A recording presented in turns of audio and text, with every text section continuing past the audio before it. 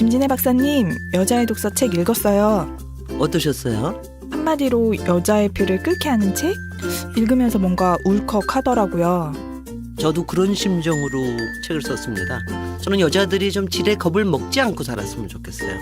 완벽하게 홀로 서기를 바랍니다. 더 멋지게 실수하고 더 근사하게 자라면 좋겠어요. 책을 읽으면 그게 되죠? 여자의 자존감을 깨우는 책 읽기. 여자의 독서. 다산북스. 텍스토머 정품을 꼭 확인하세요. 우리 집 방충망 바꿨어요. 미세벌레 덤벼봐 먼지 모두 덤벼봐 촘촘해서 촘촘만 방충망은 촘촘만 예쁘고 통풍까지 좋아요. 방충망은 촘촘만 주식회사 텍스토머. 텍스토머의 이동식 촘촘망 더블랙이 새로 나왔대요. 미세벌레 덤벼봐 먼지 모두 덤벼봐 촘촘해서 촘촘만 이동식 촘촘망 더 블랙. 떼었다 붙였다 청소도 간편. 이사 갈 때 떼어갈 수도 있으니까. 방충망은 촘촘만 주식회사 텍스토머.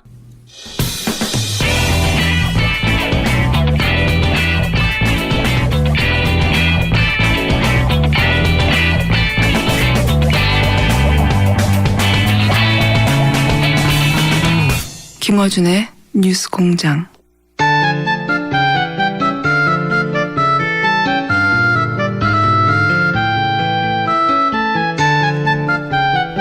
빵빵 터지는 시간입니다. 노루가즘 정의당 노회찬 원내대표 나오셨습니다. 안녕하십니까? 네, 안녕하세요. 네. 요즘 그 TV 출연이 잦다고 저희 작가들이 자제해달라고. 어제 그 우리 저 김원준 총수 얼굴도 나왔어요. 뉴스공장에만 나오셔야 되는데, 예, 최근에 어제는 냄비 받침이라고 하는 예. 예능 프로그램에 나오셔가지고 지나치게 빵빵 터트려서 네. 여기서 한 내용이 또 그게 재방송됐어요. 재방송됐습니까? 예, 이게 원청이고 이게 하청인가 뭐 그렇게 되는. 여기서만 터트리셔야 되는데 딴 데 가서 터트리셨다고. 거기서 첼로 이야기도 또 화제가 됐다면서요. 예. 노회찬 대표님과 첼로가 과연 어울리느냐. 좀 어울리잖아요. 둘 다 크잖아. 이렇게. 첼로도 얼굴이 큰데. 예. 모르시는 분들은 제가 알려드리겠습니다. 어린 시절부터 첼로를 하셨다고. 네. 첼로를 아직도 잘 하십니까? 요즘에는 뭐 한 지가 좀 되죠, 이제. 그래도 어떤 곡 정도는 할 수 있다. 뭐 내가 마지막으로 첼로 한 게 방송 탄 게 거의 이제 한 10년 더 됐어요. SBS에서 한번. 직접? 예. 그때 연주하신 곡이 뭡니까? 그때 그냥 조그만 소품 가지고 했죠. 노래. 솔베지 송이라고. 예. 예. 다음 시간에 첼로 한번 들고 나오시면. 안 만진 지 오래됐습니다. 예. 그러면은, 이번 주 좀 만져보시고요. 다음 주에 연주를 할 만큼 예, 손가락이 굳지 않았는지 확인하신 다음에 한번 해 주시죠. 다음 주에. 뭐, 공장장께서 정의당 입당하면 제가 환영의 의미에서 한 곡 연주하겠습니다. 아니, 이 코너가 워낙 인기 있기 때문에 그러면 한번 해 주시는 것으로 한번 검토해 주십시오. 검토해 주시고, 첼로.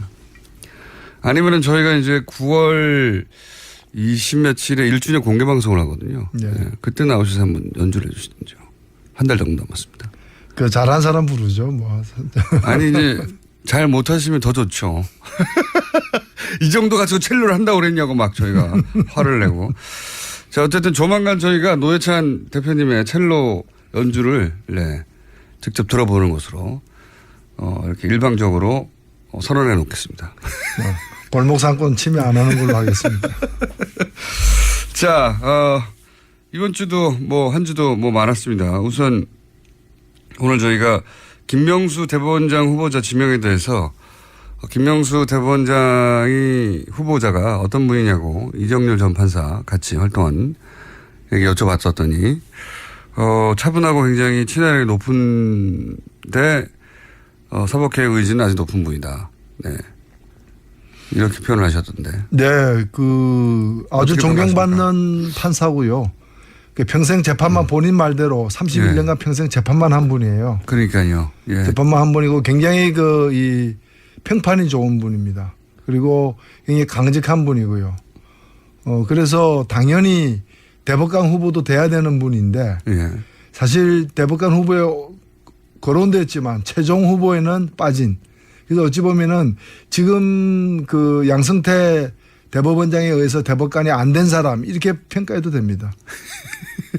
그러니까 어찌 보면 대법관을 이제까지- 건너뛰고 대법원장이 되신 첫 번째 사례예요. 그런데 그거는 대신- 건너뛰었다고 볼 수 없는 것이 예. 우리나라 관례가 뭐 세계적으로 보더라도 좋은 관례는 아니거든요. 미국 같은 경우에는 대법원장이 대법관 아닌 사람이 바로 됩니다. 예. 예, 그렇기 때문에 뭐 대법관 아닌 사람은 대법원장 될 자격이 없는 것도 아니고요. 그리고 오히려 그간의 그 대법원의 잘못된 관례로부터 자유로운 분이다. 그게 물들지 않고 거기에 공범으로서 이렇게 일조하지 않은 그런 어떤 강점이 있다고도 볼 수 있기 때문에 그건 아무 문제가 안 된다고 봅니다. 기수도 확 낮아질 거라고 얘기들 하던데. 근데 지금 대법관 중에는 이 김명수 대법원장 내정자보다 더 낮은 사람들이 있어요. 세 분이가 있는 것으로. 예. 더 낮은 사람이 있기 때문에 별 문제가 안 되는 거죠. 네. 그렇지만 기수가 더 높은 9분이 있지 않습니까? 예. 그러니까 본인보다 기수가 높은 사람이 9분이나 대법관으로 있고. 근데 우리나라 헌법에 예. 이 재판관은 재판을 법과 양심에 따라 하는 것이지 기수에 따라 한다 이런 말은 없어요. 그러니까 기수 높고 낮음이 그냥 인간적 예의라거나 그 정도로 끝나야지 재판하는데 영향을 미쳐서는 안 되는 거죠. 맞는 말씀입니다. 근데 이제 그런 사례가 처음이라는 거죠, 지금. 예. 처음. 근데 그걸 파격이라고 볼 수 있는데 예.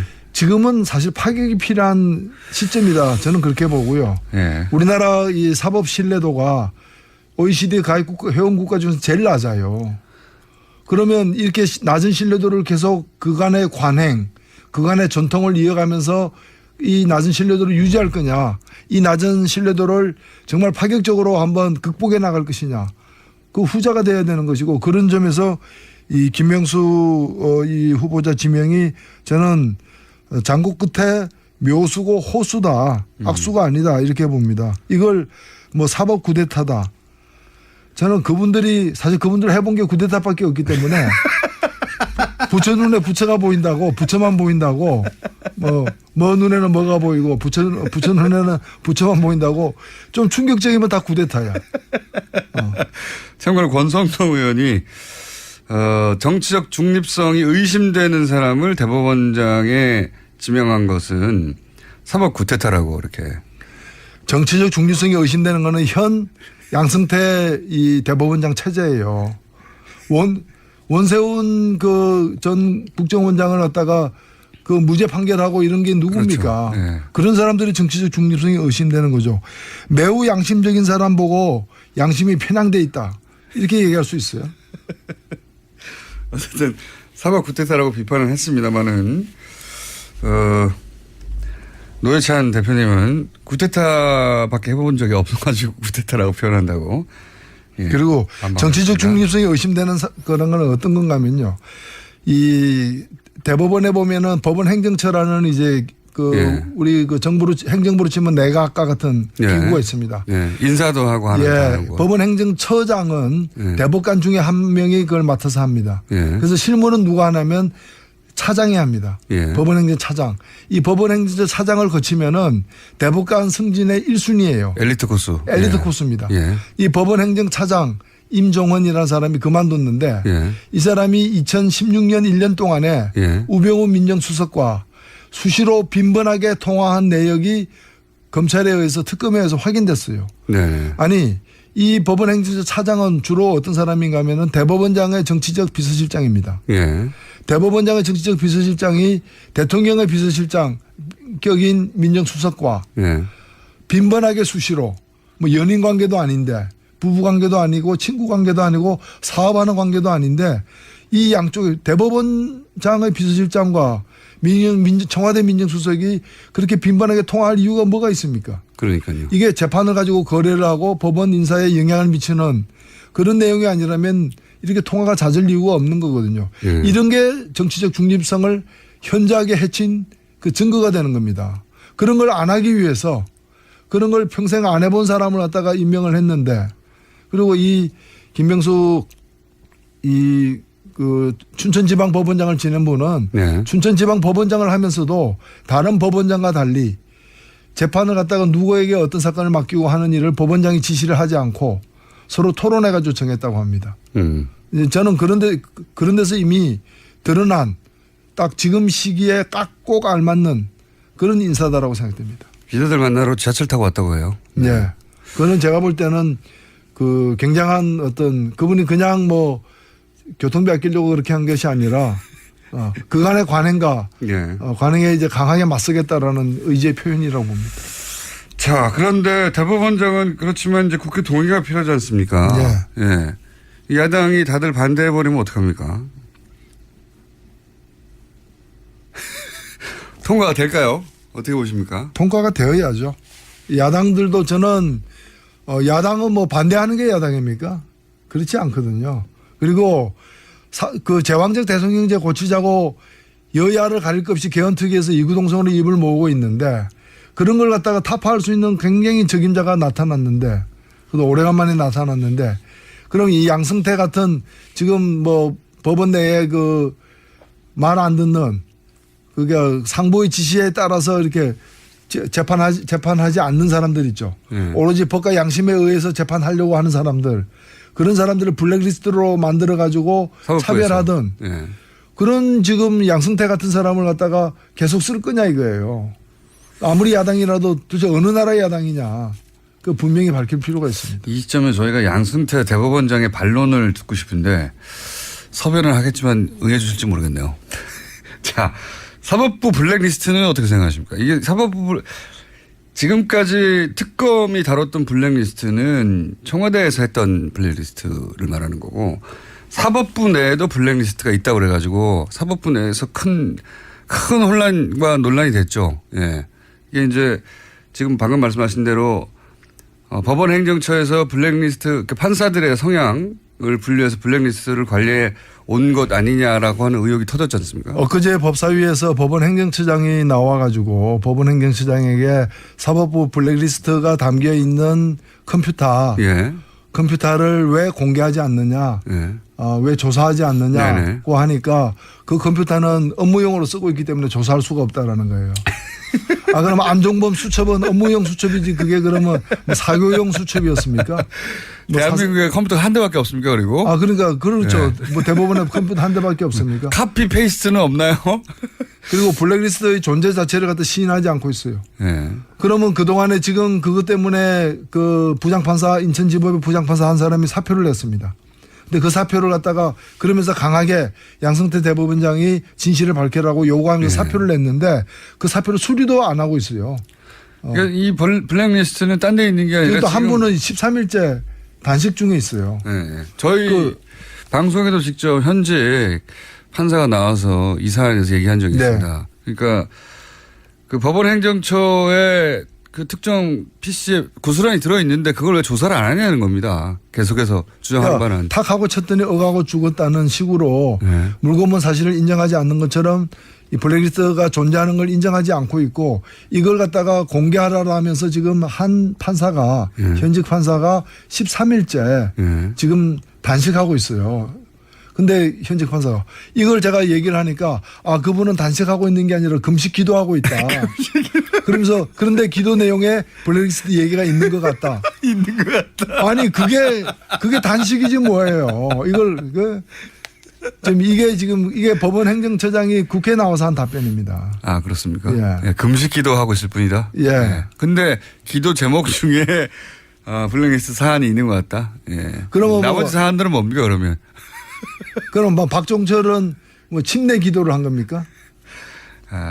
그게 이제 법원 행정처에 누가 나와서 그런 말을 한 거죠? 법원 행정처장 대법관이 나와서 한 얘기. 대법관이요? 예.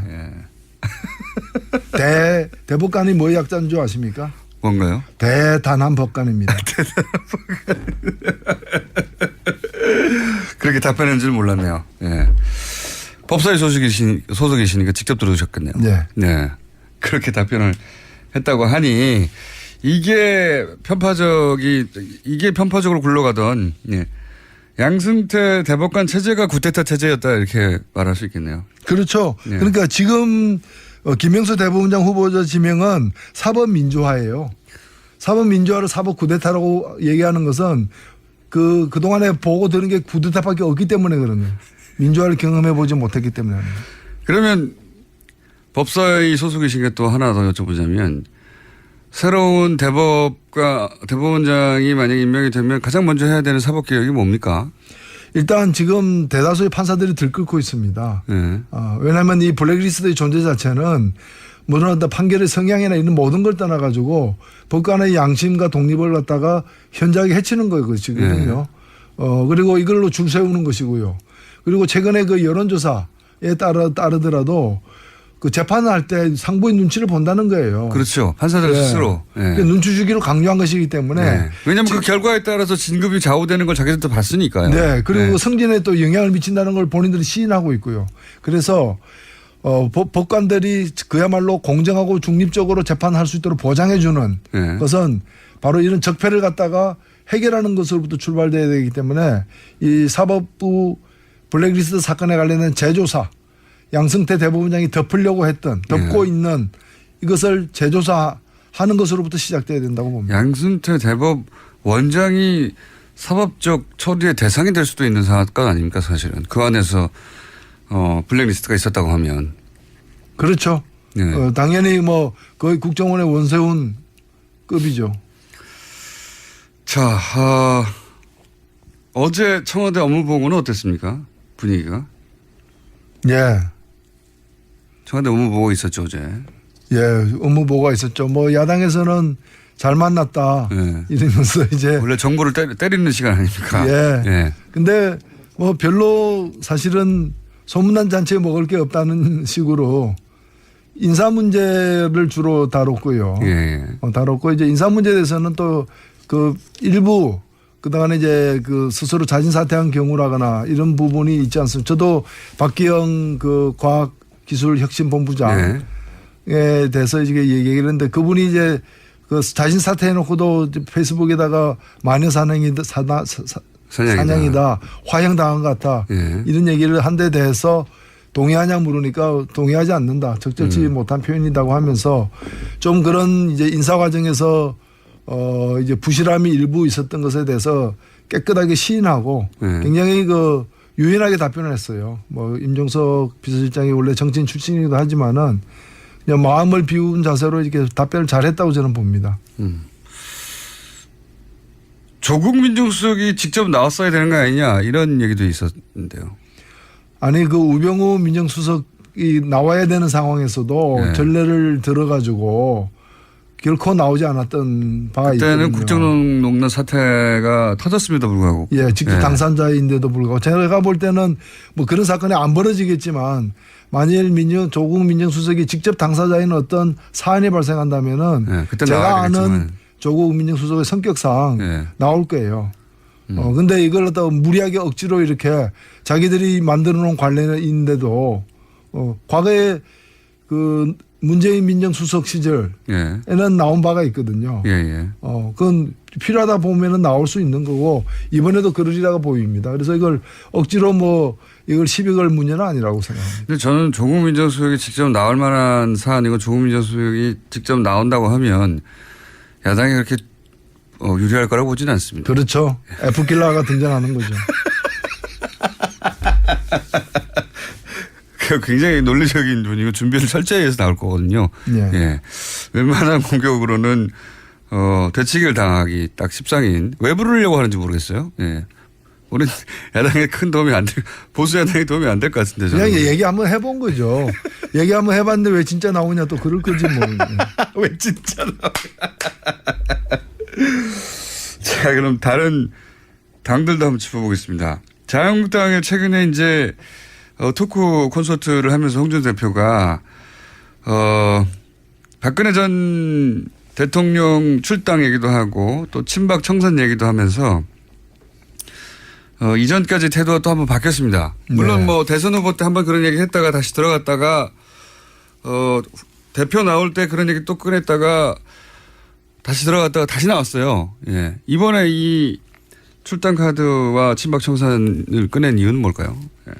예, 아무래도 그 지금 그 홍준표 후보에게 표를 던진 사람들 예. 중에 일부도 문재인 대통령 국정수행 잘한다라고 지지하는 예. 수치를 보면 그렇죠. 수치를 보면 이제 여론조사 예. 보면 이제 그렇게 또 나오고 있고 이 상태로는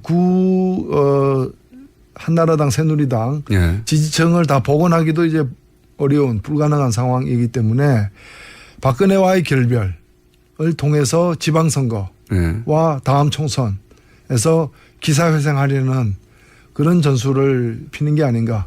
그리고 비슷한 처지에 있는 뭐 바른정당, 예. 바른정당도 다는 아니겠죠. 일부는 또 그런 이제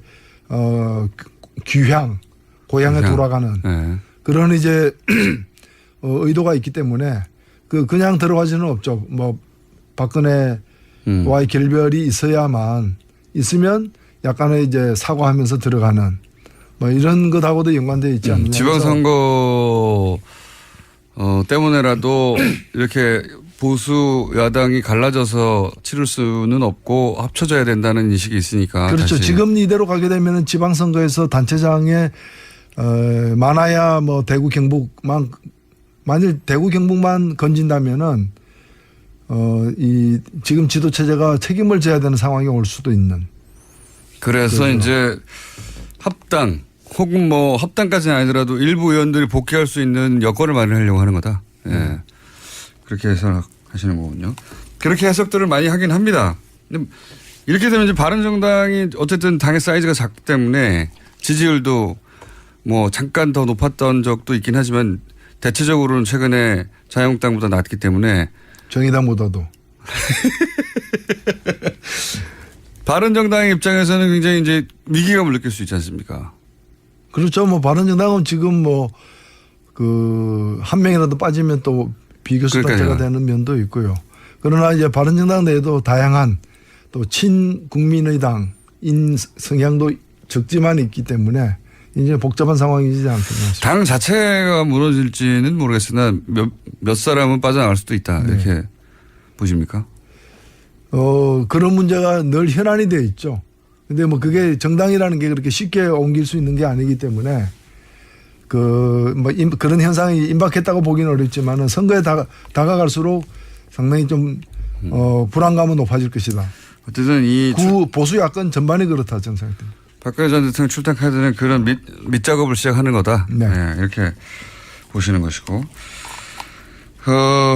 그래서 그런지 바른정당이 이제 문재인 출범 후 바른정당의 100일이라는 주제로 스스로 자아 비판을 좀 했더라고요. 예.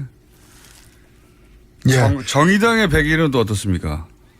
예, 제가 사실은 그 문재인 100일 그 무렵에 8월 17일 그 무렵에 문재인 100일에 대한 소감을 얘기하면서 정치는 대통령 혼자 하는 게 아니다.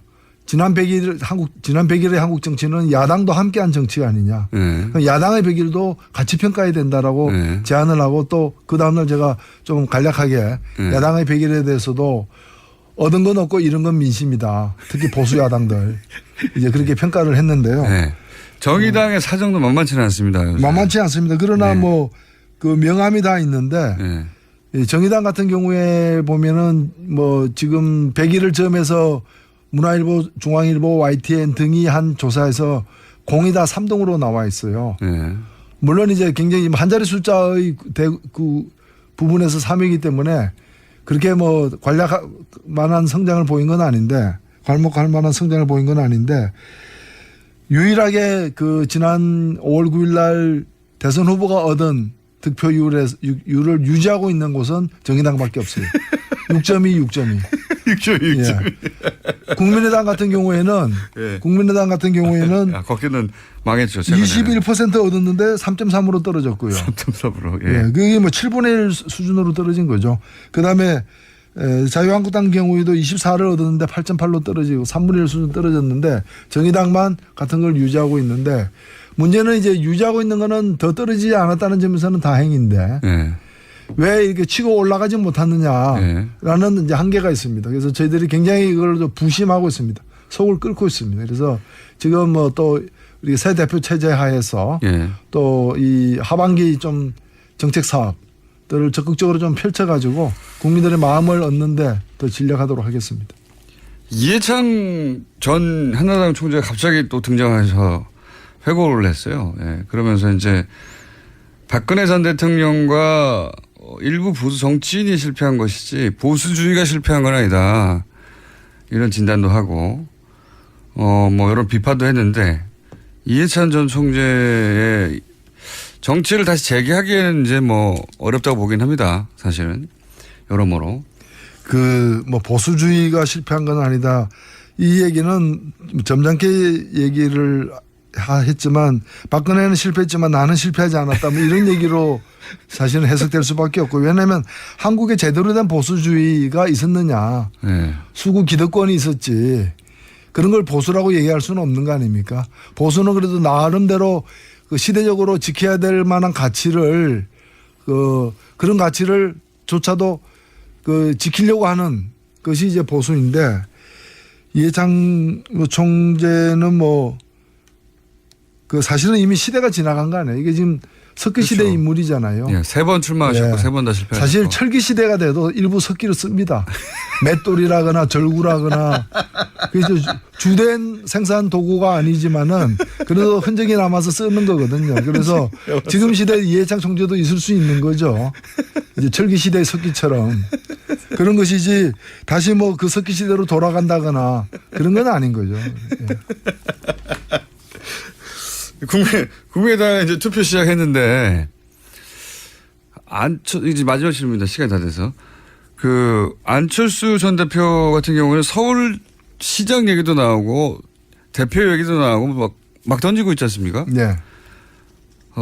만약에, 현재 기준으로 전망은 그래도 안철수 전 대표가 되지 않겠냐, 이번에 당대표가. 당대표가 되고 나면 서울시장도 나올까요? 지금은 제가 볼 때는 우리가 불 뗄 때 연료가 부족하면은 탈 수 있는 건 다 집어넣자 이런 식으로 표되는 거는 다 하자. 서로 상충되는 걸 할지라도 심지어는 부산시장까지 얘기했더라고요. 제주도지사는 왜 얘기 안 했는지 잘 모르겠지만 하여튼 표되는 건 다 하자. 뒷감당 어떻게 하냐. 그게 선거 전과 후가 다르다. 그게 이제 정치 경륜이라는 거죠. 그래서 예. 그렇게 큰 의미 부여할 건 아니라고 봅니다. 그래요? 예. 흘려들으면 됩니까? 예? 당분간은 흘려들으면 됩니까? 예.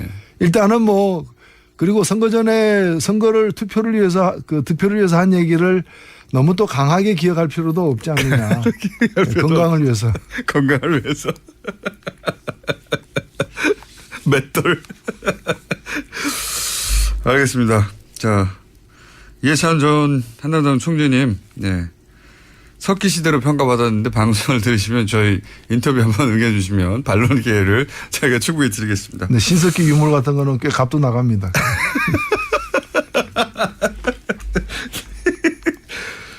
여기까지 듣겠습니다. 지금까지 정의당의 노회찬 원내대표였습니다. 감사합니다. 네, 감사합니다. 네, 안녕하세요. 반지 모델 아이리입니다. 이상형이요? 마법사? 반지!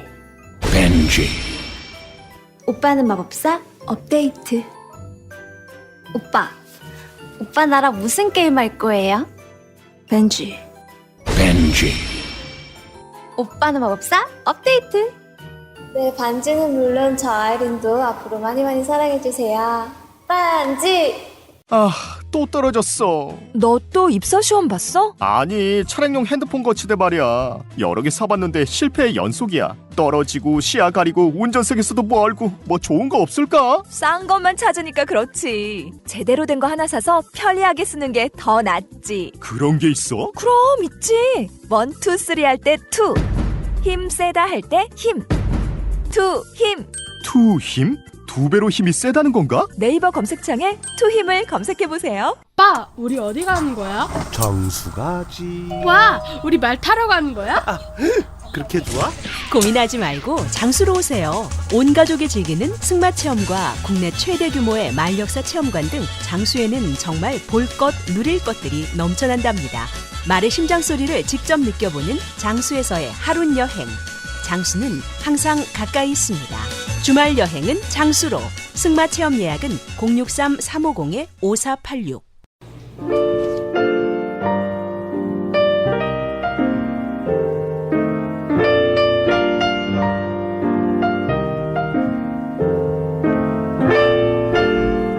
불친절한 AS. 역시 노회찬 대표님이 나오면 문자가 폭발합니다. 네. 관련 문자 굉장히 많은데 그 중에서도 첼로 연주를 꼭 해달라는 문자 많습니다. 네. 생방송으로 공장장은 고개를 굽고 노회찬은 첼로를 연주하고 이런 문자. 아, 공개방송 얘기를 잠깐 했더니 공개방송 문자도 많네요. 네. 저희가 1주년 전후에서 공개방송을 추진 중입니다. 네. 곧 자세한 내용을 알려드리겠습니다.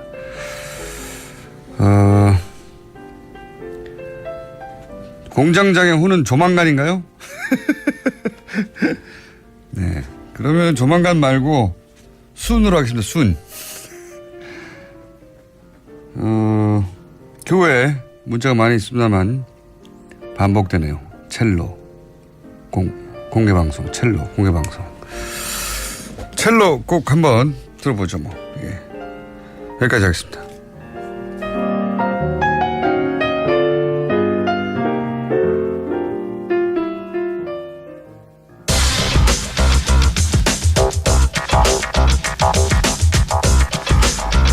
자, 시사와 개그를 짬뽕한 거기다가 과거로 양념을 친 시간입니다.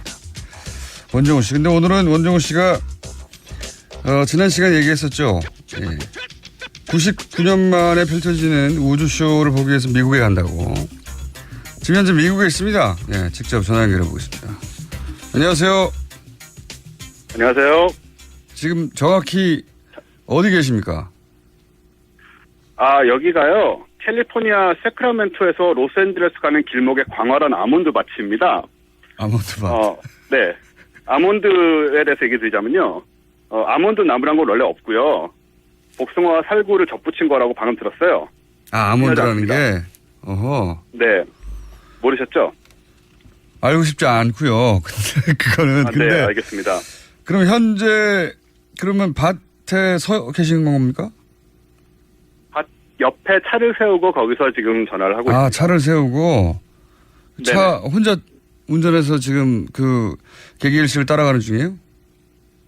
아, 절대 아니고요. 예. 저희가 과학 일식 유흥단이라고 190분을 모았거든요.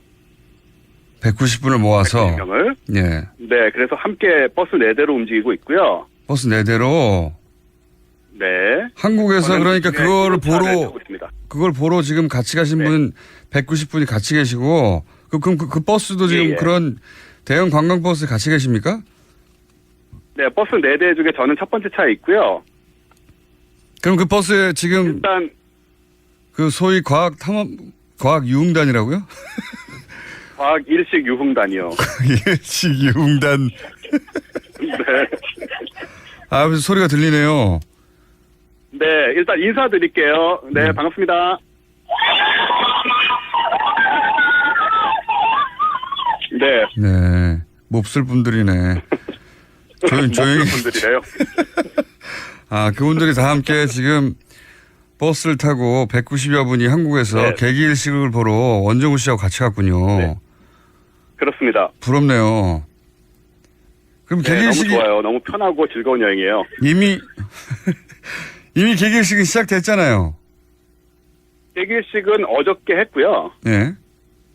네, 어저께 8월 21일 여기 현지 시간으로 월요일이죠. 네.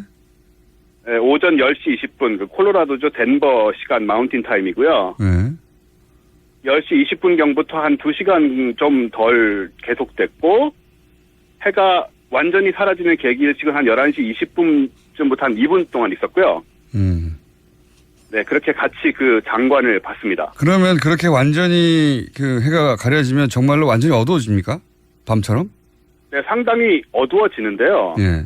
일단 저희 참가하신 분 한 분의 생생한 목소리를 통해서 네. 네, 저희 그 가장된 얘기가 아닌 한번 들어보도록 하겠습니다. 직접 본 분의 감상을, 예. 여보세요? 네. 예, 바꿔주세요, 그러면. 여보세요? 네, 누구십니까? 아, 네, 저 그냥 여기 참관 시민이고요. 네, 성함은 말씀해 주셔야죠. 저 윤아연이라고 합니다. 네. 또 거기 혼자 가시지 원종우 씨하고 같이 가셨네. 네. 그렇죠. 그 개기식을 직접 윤영과 함께 왔고요. 네. 네. 직접 보셨어요? 네. 보니까 다 예상하시겠지만 정말 신기했고요. 신기한 이유가 약간 너무 낯설어가지고 네. 예상했던 거와도 너무 다르게 진기한 풍경이 펼쳐지니까 네. 보고 있는데도 믿기지 않은 느낌이 좀 들었던 것 같아요. 해를 그러니까 다리 가리고 가렸다가 다시 해를 다시 보여주는 그 장면이 네. 천천히 슬로비드처럼 이게 눈에 보이는 거죠. 네, 맞아요. 그래서 동그랗던 해가 사과에 이렇게 베어문 것처럼 조금씩 사라지다가 딱 한순간 갑자기 해가 완전히 사라지거든요.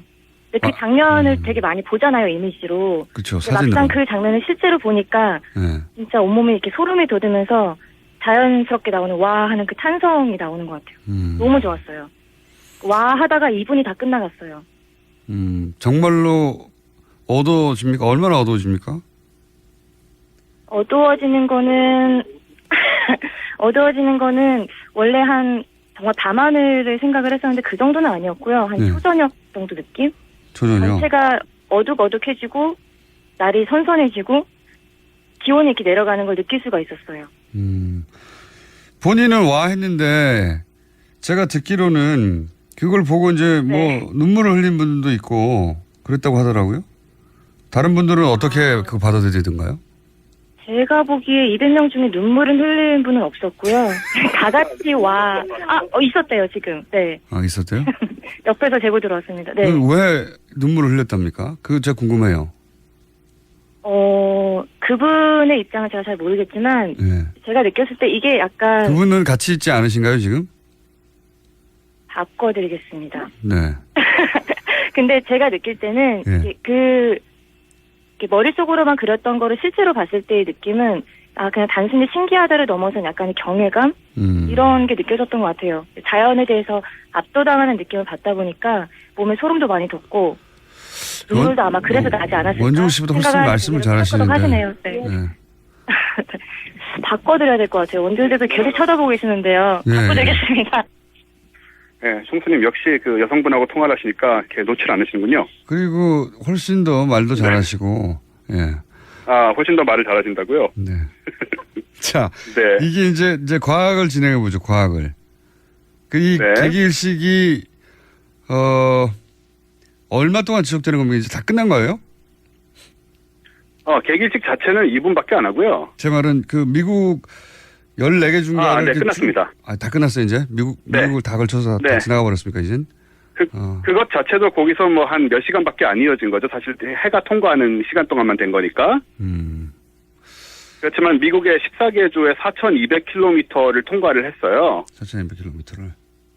네, 그러니까 이게 차이라면 보통은 이제 바다가 많잖아요, 지구상에. 네. 그래서 이제 바다나 정글이나 이런 오지를 많이 지나가는데 인구 밀도가 높은 미국 대륙을 가로지르니까 관측 환경이 굉장히 좋았던 거죠. 운이 좋은 거고 이게 거의 100년 만에 처음 온 기회라면서요, 미국에서도. 예, 미국에서도 99년 만에 왔다고 하고요. 그래서 미국 전역에서 그 일찍 라인으로 모여서 뭐 어떤 곳에서는 뭐 몇십만 명이 모인 곳도 있다고 하는데 저희가 간 곳은 사람이 많이 오지 않아서 저희가 거의 독점적으로 굉장히 잘 봤습니다. 이게 이제 그렇게 이상현상이 일어나면 예전에 네. 그런 얘기 들은 적이 있거든요. 뭐 무슨 새가 어떻게 이상한 행동을 한다든가 뭐 곤충이 이상하게 움직인다든가 뭐 그런 네. 이상현상이 포착된 건 없어요? 자연의 이상현상이? 개기일식 자체가 네, 개기일식이 있으면 보통 그런 일들이 있다고 하고요. 이번에도 뭐 조류하고 곤충류 행동도 있었대요. 근데 이게 이제 밤이 오는 걸로 생각을 하는 거죠, 갑자기. 그냥 밤이 오는 정도로 생각하는 거다? 다른 그렇죠. 특이사항이 갑자기 어두워지니까 동물들이 이런 일식 같은 흔하지 않은 천체현상에 대비해서 진화하진 않았잖아요. 그렇겠죠. 그러니까 어두워지면 밤이 되는 줄 알고 이제 황급히 집을 찾아 돌아간다거나 이런 현상들은 거의 매번 벌어집니다. 개기식 때는. 그건 뭐 그렇게 이상한 현상은 아니네요. 어두워져서 가는 건 뭐 어쩌겠어요. 네, 그래서 보고 있으면 나름 신기하죠. 박쥐도 나오는 경우도 있다고 그런 것 같아요. 그거 말고 혹시 이 개기일식의 순간에 네. 특별히 측정할 수 있거나 특별히 알아낼 수 있는 과학적인 진실, 뭐 과학적인 팩트는 없어요? 네, 꽤 있는데 일단은 원래 그 아인슈타인이 일반 상대성 이론을 이걸로 검증을 한 걸로 유명하거든요. 아, 빛이 휘는 거. 예. 네, 빛이 휘는 거를 이제 네. 태양이 있을 때는 보일 때는 빛이 뒤에 있는 별을 우리가 볼 수가 없잖아요. 태양빛 그렇죠. 때문에. 예. 예, 그래서 볼 수 없지만은 일식 때문에 가려지게 되면 태양은 있는데 태양 빛만 막힌 거니까 예. 뒤에 별들이 보이고 그걸 측정을 할 수가 있어요. 위치를. 그러니까 이제 그거가 입증하는 바는 분명히 태양에 가려서 안 보여야 하는 별인데 빛이 휘어서 태양이 가려진 태양 뒤쪽에 가려진 별도 볼 수 있다. 그걸 통해서 이제 태양의 중력 때문에 빛이 휘어서 우리한테 보이는 거라고 네. 그렇게 이해하면 된다고 이제 예언을 하셨죠. 예언을 아인슈타인이. 그렇죠. 그러면서 이제 휘는 그 각도를 예언을 했고요. 네. 근데 실제 그래서 이번에 1919년에 네. 1919년에 이거를 관측을 해가지고 실제로 휘는 점을 찾아서 이제 그걸 대비를 해서 이게 맞다는 걸 증명을 했던 거죠. 그런데 이번에도 그거가 관측이 됐다. 예, 저희는 저희 다른 데로 관측을 해가지고 그걸 또 한번 값을 내볼 생각이고요. 네. 그 외에도 이건 사실 오래전에 관측된 거고 태양에 보면 주변에 코로나라고 이렇게 밝은 불빛이 있어요. 네. 그거를 이제 이럴 때가 아니면 잘 볼 수가 없기 때문에 그걸 관측할 수 있는 천문학계에 굉장히 좋은 기회이기도 하고. 늑대 인간 같은 거 안 나타났어요? 그 정도 돼야지 뭐 특이현상이지. 늑대 인간이요? 네. 안 나타났어요. 어떡하죠? 우리나라 개기일식은 그럼 언제 볼 수 있습니까? 우리나라에서는? 우리나라에서는 2035년 9월 2일에 북한 지역에서요. 35년도 네. 35년도 뭔데? 네. 북한에서만 볼 수 있습니다. 좀 많이 남았어요. 아, 참네. 근데 그때는 이제 관광을 갈 수 있지 않을까요? 그랬으면 좋겠네요. 라고 기대를 하고 있습니다. 네. 여하간 우리나라는 2035년이면 잠깐 볼 수는 있지만 그건 북한 지역이다. 네. 네. 부분 그래서 고성 개기일식 지역에 가면 몇 초 정도 볼 수 있다고. 네. 어디를 가면요? 고성 지역에 가면 강원도 고성 지역에 가면 몇 초 정도 볼 수 있다고 해요. 강원도 고성에서는 2035년에 몇 초 정도는 볼 수 있을 것이다. 네, 네. 근데 몇 초 정도를 보러 가기에는 좀 아깝고 평양 쪽에서 잘 보인다고 하니까 평양에 갈 수 있으면 좋겠습니다. 저도 그러기를 바라고요. 이게 안경 끼고 다 보신 거죠? 특수 안경. 네, 이게 필터 필름이 있어요. 이거를 끼고 보는 건데 아마 기억하실지 모르겠지만 옛날에 우리 어릴 때는 뭐 유리판을 그을려 가지고 보라 이런 얘기를 했었거든요. 네. 네. 근데 요즘은 이제 귀찮은 이런 작업을 하는 사람은 아무도 없고. 알겠습니다. 여기까지 안경을 하고요. 되게 싸게 구할 수 있습니다. 나머지는 돌아오신 다음에 들어야 될 것 같습니다. 감사합니다. 알겠습니다. 감사합니다.